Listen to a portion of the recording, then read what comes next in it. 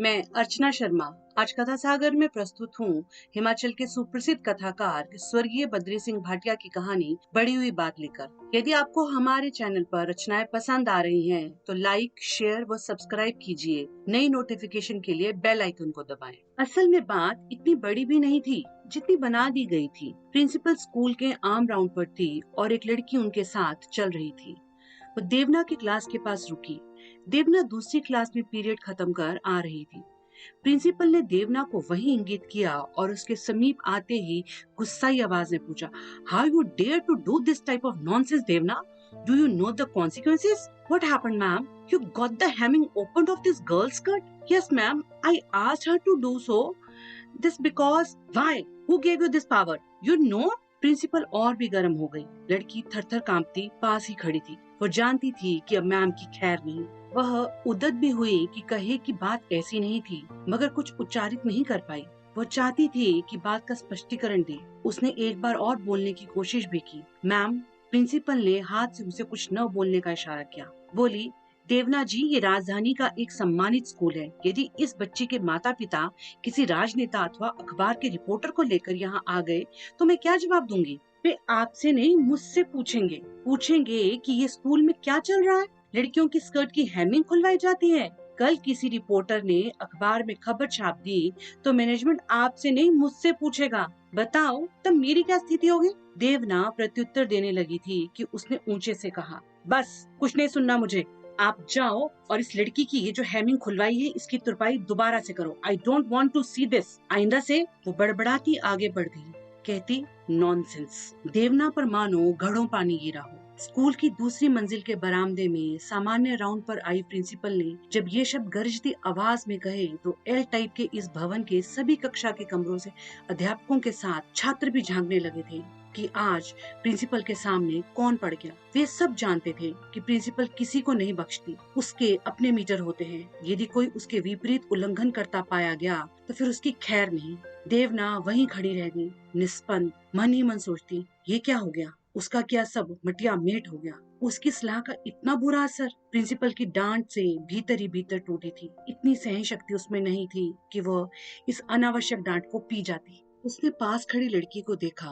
खुली हेमिंग में वो इतनी भद्दी नहीं लग रही थी कि देखने वाले को यह महसूस हो जाए कि स्कर्ट की सीवनें खुली हुई हैं। खुली सीवनों का कोई धागा भी बाहर नहीं लटक रहा था। अभी तो उसकी टांगे कुछ और ढक गई थी। फिर ये कांड, एक प्रश्न उसके मानस पटल पर कौंध गया। 40 मिनट में ये क्या गुल खिल गया? चकित देवना को ख्याल आया, जब वो पिछले पीरियड में एक क्लास से दूसरी की ओर जा रही थी तो एक पुरुष अध्यापक मनन उस लड़की के साथ सामने था। उसने देवना को इंगित कर कहा कि देखो मैम, इस लड़की को समझाओ आप भी। ये फिर वैसी ही ऊंची स्कर्ट पहनकर आई है। देवना ने उसकी स्कर्ट देखी। वाकई ही वो स्कूल के नियमों के विरुद्ध थी। उसने लड़की से पूछा, क्या समस्या है? इसको नीचे करो। कांख तक की हुई है। लड़की ने परवाह किए बगैर इतना ही कहा कि कुछ नहीं, स्कर्ट इतनी ही लंबी है, सर यूं ही। उसके ऐसा कहने से मनन ने कहा, मैं यूं ही नहीं कह रहा, तुम्हें कितनी बार समझाया है। मैम आप देखो, ये मेरा तो कहा मानती ही नहीं। देवना ने फिर लड़की से पूछा, what's the problem baby? No problem ma'am, कह वह चुप हो गई। देवना को शंका हुई कि लड़की के साथ जरूर कोई समस्या है। ये पुरुष अध्यापक के सामने नहीं बताना चाहती। प्राय इस वय की लड़कियों के साथ ऐसी समस्याएं हो ही जाती हैं। वह लड़की को एक और ले गई। पूछा, कोई डेट की समस्या है? नहीं। फिर? ये सर की समस्या है। सुबह से ही मेरे पीछे पड़े हैं। जब ये क्लास में आए तो सबसे पहले मुझे टोका, जगमीन खड़ी हो जाओ। मैं खड़ी हो गई। इन्होंने फिर कहा कि बेंच से बाहर आओ और फिर मेरी स्कर्ट और टॉप को लेकर बोलने लगे। सभी लड़के और लड़कियां मुझ पर हंसने लगे। सर बोले, देखो इसकी स्कर्ट और टॉप कैसी पहन रखी है। यह जमीन से कागज का टुकड़ा नहीं उठा सकती, नीचे झुक ही नहीं सकती। और टॉप तो, जगमीन ये स्कूल है, बाजार नहीं। तुम्हें लंबी स्कर्ट पहनने को कितनी बार कहा है? सर की इस बेइज्जती पे मुझे गुस्सा आ गया। मैंने पूछ लिया, सर आपको मेरी स्कर्ट और टॉप पर ही क्यों नजर रहती है? जब भी देखो तो, और टीचर तो कोई नहीं कहती। इस पर इन्होंने मुझे बाजू से पकड़ा और प्रिंसिपल के पास ले गए। प्रिंसिपल ने मुझे ऊपर से नीचे तक देखा, डांटा भी नहीं। कहा, इसे मरियम्मा मैम के पास ले जाओ, वहाँ बहुत सी स्कर्ट पड़ी होगी, ये बदल लेगी। ये कह सर वहां से चले गए। मैं मैडम मरियम्मा के कमरे की ओर चली गई। मरियम्मा ने अलमारी की ओर इशारा कर कहा कि वहां से अपने साइज की कोई स्कर्ट ले लो। मैंने काफी स्कर्ट देखी और ये छांट ली। इस पर भी मनन सर को एतराज है। अब मैं क्या करूं? मेरी सारे स्कूल में झंड हो रही है। लड़की रुआंसा हो गई। देवना ने देखा, वाकई ही ये स्कर्ट भी काफी छोटी थी। बड़ी लड़कियों को ऐसी जचती नहीं। लड़के बस उसे ही देखते रह जाते हैं। वह लड़की को अपने साथ ले गई। मरियम्मा से कहा कि इसे को दूसरी स्कर्ट दे दो जो कुछ और लंबी हो। मरियम्मा ने कहा कि उसके पास टाइम नहीं है कि छांटे। इसको कह दिया था कि अपनी साइज की ठीक से स्कर्ट ले ले, पर ये कहाँ मानती है। इसे तो स्कूल में भी फैशन करना है। देवना ने मरियम्मा को कोई जवाब नहीं दिया। उसने अलमारी में कुछ और स्कर्ट देखी। सब एक सी लगी। उसने शीघ्र हल निकाला कि इसकी फिलहाल हेमिंग खोल दो, कुछ तो लंबी हो जाएगी। सारा दिन यूं हास्यास्पद बनने से तो बेहतर है। वह इतना कह चली गई। ये कार्यवाही जाने मरियम्मा को ठीक लगी या नहीं, कि मनन सर को ही ठीक न लगी हो। बात प्रिंसिपल तक कैसे पहुंची देवना को नहीं पता। हो सकता है मरियम्मा ने इतराज किया हो कि हेमिंग नहीं खुलवानी चाहिए थी, कि मनन सर ने कुछ कहा हो। वो यूं भी उठते बैठते उसके कमरे में ही रहता है। प्रिंसिपल को ये बात ठीक नहीं लगी। अपनी ही छात्रा के सामने बरामदे में बुरी तरह से अपमानित हो देवना मुड़ी, अपना पीरियड एडजस्ट करवाया और मरियम्मा के कमरे में लड़की को साथ ले गई। मरियम्मा उसे देखते ही मुस्कुरा दी। मेज पर पड़ी धागों की डिब्बी की ओर इशारा कर दिया। देवना को लगा मानो मरियम्मा को पता हो कि देवना आएगी और स्कर्ट की तुरपाई करेगी। उसने घंटे भर में तुरपाई कर दी। तुरपाई करते उसने अटकलें लगाई कि इतनी बड़ी बात तो ये थी नहीं। लड़की का ही हित था इसमें। फिर किसे बुरी लगी होगी जिसने प्रिंसिपल के कान भरे।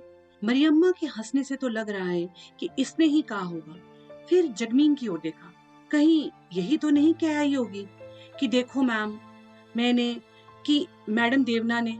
तुरपाई करते देवना की आंखों से अविरल अश्रु भी निकल रहे थे। स्कूल के बरामदे में मिली अकारण झाड़ से वह शर्मिंदा थी। वो सोच रही थी कि उसने क्या गलत किया। एक पुरुष अध्यापक की समस्या और छात्रा को अपमानित होने से ही तो बचाया था। और यदि कुछ गलत भी हो गया था तो प्रिंसिपल को इस तरह से खुले बरामदे में चीख चीख उसे अपमानित नहीं करना चाहिए था। खुद ही तो कहती है कि स्कूल के छात्रों में बढ़ रही अनुशासनहीनता को देखना अध्यापकों का भी काम है। कोई बाल ठीक से नहीं कटवा कर आया है तो उसे टोको। कोई लड़की ठीक से स्कूल के परिधान में नहीं है तो उसे भी। उसने तो इसी बात का अनुसरण किया है। उसका ध्यान पास खड़ी लड़की की ओर गया। ये लड़की तो है ही बेहुदा। कितनी बार समझाया कि छोटी स्कर्ट मत पहना कर, तुम्हारे अंतवस्त्र तक दिख जाते हैं। ये अश्लीलता है, मगर ये तो मानती ही नहीं। इतनी बारी से मनन सर ने बेइज्जत किया है। ये घड़ी भर को रोती है। ऐसे में जब उससे मिलती है तो वो उसकी काउंसलिंग करती है। वो मान जाती है, मगर एक दो दिन बाद फिर वही। मनन सर को डर है कि यह लड़की है, कहीं कुछ इल्जाम लगा दिया तो नौकरी तो जाएगी ही, साथ में ही कहीं और नौकरी भी नहीं मिलेगी। पुलिस का चक्कर पड़ेगा सो अलग। तब देवना को जगमीन की माँ का भी ख्याल आया। उसने एक दिन उसे बुलाया था। वो काफी बड़बोली औरत है। पहले तो मानी ही नहीं। बोली, इसमें गलत क्या है? आजकल बच्चे अपनी मर्जी से पहनते ओढ़ते हैं। जब उसे लड़की की उम्र और अनुशासन के बारे में समझाया तो उल्टे लड़की को ही दोषी ठहरा दिया कि ये उदंड है, ये तो उसकी मानती ही नहीं, बहस करती है, तर्क देती है। पिता यहाँ नहीं होते, आते हैं तो उन्हें क्या क्या समस्याएं बताएं। एक दिन के लिए आए मेहमान को कितना परेशान करें। वो सोचती ही जाती कि लड़की बोली, मैम सॉरी, मैंने कुछ नहीं कहा, ये तो मनन सर। बस बेटा, तुम्हारी स्कर्ट की तुरपाई हो गई है, अब अपनी क्लास में जाओ। वो उठी और चपरासी को कहा कि मैडम को बता दो कि देवना ने तुरपाई कर दी है, और फिर अपनी क्लास में चली गई। भीतर ही भीतर टूटी सी, अपमानित, लाल मुंह लिए अपनी अध्यापिका को इस तरह देख उसके प्रिय छात्र ने पूछ ही लिया, अध्यापिका जी क्या हुआ? आप तो। मन ही मन वह तिल मिलाई। क्या जवाब दे वह कि तुम लोगों का भला सोचते करते आज प्रिंसिपल महोदया ने मुझे सबके सामने बेइज्जत किया। उसने कुछ कहा नहीं, चुप रहने को कहे आगे का पाठ पढ़ाना आरंभ कर दिया, मगर वो ठीक से नहीं पढ़ा सकी। छात्रों का भी मन नहीं लगा। उसका मन भरा हुआ था। वो सोच रही थी कि माना उससे गलती हो गई, उसे छात्रा की स्कर्ट की हेमिंग नहीं खुलवानी चाहिए थी, मगर उस समय कोई और उपाय तो था नहीं।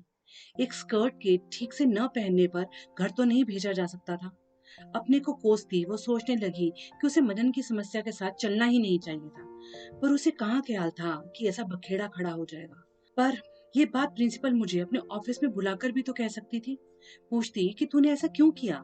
तब वो लड़की का आम आचरण और मनन सर के आक्षेप के बारे में बताती, मरियम्मा के बर्ताव के बारे में भी कि वो छात्राओं से ठीक से पेश नहीं आती और अपने कमरे में तो चाहे वो उसे थप्पड़ भी मार देती वो सहन कर जाती, पर ये बरामदे में उसे नीचा दिखाना कहाँ की शराफत और सलीका है। ये कैसा रौब जमाना चाहती है प्रिंसिपल। डांटा एक को और लेसन 100 को। उसे लगा कि कहीं ये प्रिंसिपल उसके निकालने का डाटा तो नहीं एकत्र कर रही, कल सेशन खत्म होते ही कहेगी, देवना बस हो लिया, हम आपको नहीं रख सकते, कि तुम बेशक एक अच्छी टीचर हो मगर तुम्हारा व्यवहार ठीक नहीं। वो नहीं देखेगी कि देवना ने स्कूल के लिए क्या किया, कि छात्रों की अधिकांश समस्याएं वो सुलझा लेती है, कि माता पिता और अभिभावक भी उसका मान करते हैं, वे अपने बच्चों के अनुशासन के लिए उसे अधिकृत कर देते हैं, कि वो स्कूल में अतिरिक्त गतिविधियों में शामिल हो श्रेष्ठ परिणाम देती है। कितनी शील्डें स्कूल को उसके कार्यकाल में आई हैं। बस कोई है जो उसके इन कार्यों से चिढ़कर उससे दुश्मनी निभा रहा है। दुश्मनी की बात पर उसके मन में 2-3 अध्यापिकाएं घूम गई। एक तो वह जो अपनी क्लास की रिपोर्ट परीक्षाओं के नंबर ही नहीं भेजती, कई बार जोर देकर कहना पड़ता है, वह तब नाराज होती है। वह कह सकती है पर वह तो कहीं आसपास भी नहीं थी, किसी से सुना हो और चली गई हो। यूं भी वो प्रिंसिपल के आगे पीछे घूमती रहती है, इसका लाभ भी उठाती है। दूसरी वाइस प्रिंसिपल भी हो सकती है, वो भी ऐसी ही है। मनन सर भी तो चमची मारने गए होंगे कि हमने उसकी हेमिंग खुलवा दी है मैम, देवना की सलाह पर। मरियम्मा भी अपनी कबड्डी दे सकती है मेरिट में रहने के लिए, और तो कोई नहीं हो सकता। वो किसी निर्णय पे नहीं पहुंच सकी। कितनी बेहुदा हरकतें सही उसने, उसका मन भर गया था। अगला पीरियड खाली था, वो अपने विभाग के स्टाफ रूम में गई, कोई नहीं था, कुर्सी पर बैठ गई और बुरी तरह से रोने लगी। उसकी घिघी बंद हुई। इस बीच एक सहेली अध्यापिका आई, उसे देखा तो उसका सिर अपने अंक में लेकर बस इतना ही कहा कि हम सब जानते हैं, ये आज तुम्हारे साथ हुआ, कल किसी और की बारी है। इस प्रिंसिपल को प्रशासन चलाना ही नहीं आता, इसके सामने से तो छात्र यूं ही चले जाते हैं, कुछ नहीं कहती। पूर्व अध्यापक इसे तगड़े जवाब देते हैं, ये चुप रहती है, बस हम जूनियर टीचरों पर ही धौंस जमाती है। और मैनेजमेंट की वो प्रभारी चेयरमैन की बहू, उसे तो कुछ लेना देना ही नहीं है जैसे, बस उसे नोट चाहिए कितने आए। यदि वो इसकी गतिविधियां देखती तो कब का हटा चुकी होती। बस जो हुआ उसे एक कान से सुना मान और दूसरे से निकाल दे। वह बिफर पड़ी, कैसे, तू ही बता, मेरी क्या गलती थी। नंगी जैसी उस लड़की की इज्जत बचाने के लिए ही तो किया था ना ये, हेमिंग ही तो खुलवाई थी। और वो मनन, उसकी नजर भी लड़कियों की कमर के नीचे ही रहती है, वो उनका झुकना ही देखता रहता है। बताऊं उसका कारनामा, उसने जब उस लड़की को कहा था कि तुम अपनी नंगी बाजू पर लिखवाओ कि तुम सबके लिए उपलब्ध हो, लड़की ने ये शिकायत मुझे लिख कर दी है, तब मैंने मनन सर को समझाया था कि अपनी भाषा पर नियंत्रण रखो, अपने पीरियड और विषय से संबंध रखो, बस। पर उसे कोई फर्क नहीं पड़ा। हल्की हुई तो उठी और वॉश बेसिन में अपना मुंह धोया और अपनी क्लास में चली गई। कई अध्यापिकाएं उस तक आईं, मगर उसने जो ओंठ सिले सो सिले। अवकाश के बाद वो घर आई तो फूट फूट कर रोने लगी। पूछने पर बताया तो घर वाले भी प्रिंसिपल की हरकत पर गुस्सा हुए। एक तो सुधार और सभ्यता का काम किया, दूसरे डांट, और वो भी छात्रों और अध्यापकों के सामने। क्या इज्जत रह गई उसकी अपने छात्रों के बीच। क्या सोचते होंगे साथी अध्यापक और अध्यापिकाएं। रात को अनेक अध्यापकों और अध्यापिकाओं के फोन और व्हाट्सएप संदेश आए। उसने न फोन सुने न किसी व्हाट्सएप संदेश का प्रत्युत्तर दिया। अगले दिन उसकी गेट ड्यूटी भी थी, उसने वो निभाई। तब भी कुछ अध्यापकों ने उससे पूछने और सहानुभूति जताने की कोशिश की। उसने बस एक साथी अध्यापिका को अपना आक्रोश प्रकट करते इतना ही कहा कि ये बात उससे प्रिंसिपल अपने कमरे में भी पूछ सकती थी। उसे नहीं मालूम था कि स्कर्ट की हेमिंग नहीं खुलवानी चाहिए थी। उस समय उसे जो उचित लगा उसने किया। लड़के और मेल टीचर देखते रहते, उसे बुलबुल की तरह घूमती। उसके लिए समस्या कोई नई नहीं थी। उसने विगत स्कूल में कार्य करते भी 1-2 बार किया है, वहां तो किसी ने बुरा नहीं माना। कई बच्चों के माता पिता इतने सक्षम नहीं होते कि बच्चे की छोटी पड़ गई स्कर्ट को तुरंत बदल सके। वित्तीय संकट सबका होता है, सोचते हैं कि चलो सेशन खत्म हो रहा है चलने दो, पर इस स्कूल में जो कल जो कहा जाता है वो अगले दिन रद्द कर नया कानून बना दिया जाता है। टीचरों को टीचर न रख लिपिक बना दिया गया है। इससे तो सरकारी स्कूल ज्यादा बेहतर होते हैं, वहाँ ऐसा झंझट ही नहीं होता। माना वहां भी कागजों को भरना होता है, पर ऐसी बदतमीजी तो नहीं होती। ये हमारी मजबूरी है, हमें कौन नौकरी पर रखेगा, झेलना ही पड़ेगा, कहीं नहीं जा सकते। हमारे पास इतनी सिफारिश नहीं है कि कहीं कोई सरकारी नौकरी पा जाए, काबिलियत के कोई मायने ही नहीं है। अरे छोड़ो भी, क्यों दिल लगाती हो, साथी अध्यापिका ने कहा। कल देखना साप्ताहिक मीटिंग है ना, कल का विषय भी मैं ही होंगी। 200 टीचरों के बीच मेरा जुलूस निकाला जाएगा। मेरा तो मन ही नहीं करता कि कल आऊं, बस आज ही रिजाइन कर दूं। नहीं, ऐसी बचकाना हरकत ना करना। जेल जब तक झेल सकती है, नौकरी हमारी जरूरत है। वो चुप रही, कुछ नहीं कहा, चुप ड्यूटी देती रही। बैठक जैसे ही आरंभ हुई, प्रिंसिपल ने पहला सवाल मनन से पूछा। मनन जी, ये बताएं कि वो छात्रा आपकी क्लास की थी? देवना का इससे क्या लेना देना था? वह क्यों इस बीच आई? सवाल बिल्कुल सही था। मनन खड़ा हुआ, बोला, मैम मैं जगमीन को समझाता रहा, उसे आपके पास भी लाया था। मैंने देवना जी को कुछ नहीं कहा। और वो बैठ गया। देवना का गुस्सा सातवें आसमान पर चढ़ गया। वो उठी, मैम मुझे इस पर कुछ कहना है। आप बैठ जाएं, मैं सुन चुकी हूँ। कब मैम, कब? आपने तो मुझे इस पर कहना है जो मनन सर ने कहा वह झूठ है। मनन सर गलत कह रहे हैं। मैं अपनी क्लास देने जा रही थी और देवना ने सारी कहानी वहां बयान कर दी। मैंने तब सहज में उसकी प्रतिष्ठा के लिए हेमिंग खुलवाई थी ताकि वो दिन भर की जलालत से बच सके। वो बैठ गई। सब टीचरों को पता चल गया था कि सारा किया बखेड़ा मनन सर का ही है और अब बच रहा है। बेचारी देवना तो अच्छा करती मारी गई है। पर प्रिंसिपल इससे कहाँ संतुष्ट होने वाली थी। बोली, हमने अपनी इतनी लंबी नौकरी में तो किसी लड़की की हेमिंग नहीं खुलवाई। ये तो हास्यास्पद है। स्कूल की प्रतिष्ठा का मामला है। हमें ऐसी हरकतों से बचना चाहिए। हमारे आगे स्कूल पहले है। देवना का मन हुआ कि कहें, स्कूल की ही प्रतिष्ठा का और छात्रा के मान का ही ख्याल रखा गया था। यदि कोई अभिभावक आता भी तो मुझसे बात करता, मैं समझाती, पहले की तरह वे संतुष्ट हो जाते। पर उसने कुछ नहीं कहा। वो जानती थी कि प्रिंसिपल का ये गुबार पूरा नहीं हुआ है। ये किसी और दिन फिर फूटेगा। प्रिंसिपल बोलती जा रही थी, स्कूल में कुछ अध्यापकों को अपनी भाषा और व्यवहार पर भी नियंत्रण रखना चाहिए। जैसा वे बोलते हैं उसकी परिणति भी देखें। क्या वे अपनी बेटी को भी कह सकते हैं कि ऐसे शब्द तुम अपनी बाजू पर ऐसा वैसा लिखवाओ? देवना के भीतर तूफान उठ गया। ये बात तो उसने मनन सर के लिए कही है। अब मनन सर को क्यों खड़ा कर नहीं पूछा कि तुम ऐसा कहने का साहस भी कैसे कर सकते हो? वो जानती है, यदि वो ऐसा करती तो मनन सर प्रतिवाद करते और तब उसकी प्रतिष्ठा कुछ भी नहीं रह जाती। वह तो बस महिला टीचरों पर ही अपना रौब दिखा सकती है। देवना अपने विचार से बाहर आई। प्रिंसिपल कह रही थी, आज हमारी प्रिय अध्यापिका सुनैना जी के बच्चे समान डॉगी का देहांत हो गया है। वो बहुत दुखी है। वो उसके घर का सदस्य था।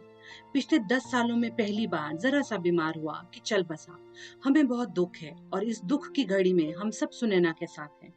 इन पालतुओं की लंबी आयु नहीं होती, मगर 10 साल तो कुछ नहीं होते। उसे इस क्षति को सहन करना चाहिए। देवना का सिर फट गया। बहुत पीड़ा उठी। एक कुत्ता अपनी मौत मरा, उसके लिए इतनी सहानुभूति, श्रद्धांजलि, और एक अध्यापिका को तुम इतना टॉर्चर कर रही हो कि उसे अपने सार्वजनिक अपमान के आगे जिंदा रहने का मन ही नहीं कर रहा। और कल भावावेश में आकर यदि उसने आत्महत्या कर दी तो तुम्हारा क्या जाएगा? एक घर से मनफी तो एक शरीर होगा, आमदनी का एक स्रोत कम होगा और एक बच्चे से एक माँ छिन जाएगी। मिसेस श्रीवास्तव, तुम बहुत ही क्रूअल हो। फिर एक चलता सा वाक्य और उसके कान में पड़ा, अनुशासन हमारा ध्येय है, अच्छे परिणाम है। आप सबका धन्यवाद। चाय हम साथ पियेंगे। वो उठ गई। मनन और राजीव सर दौड़कर प्रिंसिपल के पास गए, कुछ कहने लगे। देवना की सहेली ने उसकी ओर देखा और मुस्कुरा दी, मानो कह रही हो कि चमची मारने गए हैं। सबसे घटिया टीचर। देखना अभी विंध्या भी जाएगी, चाय की प्याली भी पकड़ाएगी। उसकी प्रिय टीचर जो है, खबरची और आग लगाने वाली भी। तो दोस्तों, इसी के साथ ये कहानी यहीं समाप्त हुई। मिलते हैं जल्दी नई कहानी के साथ। धन्यवाद।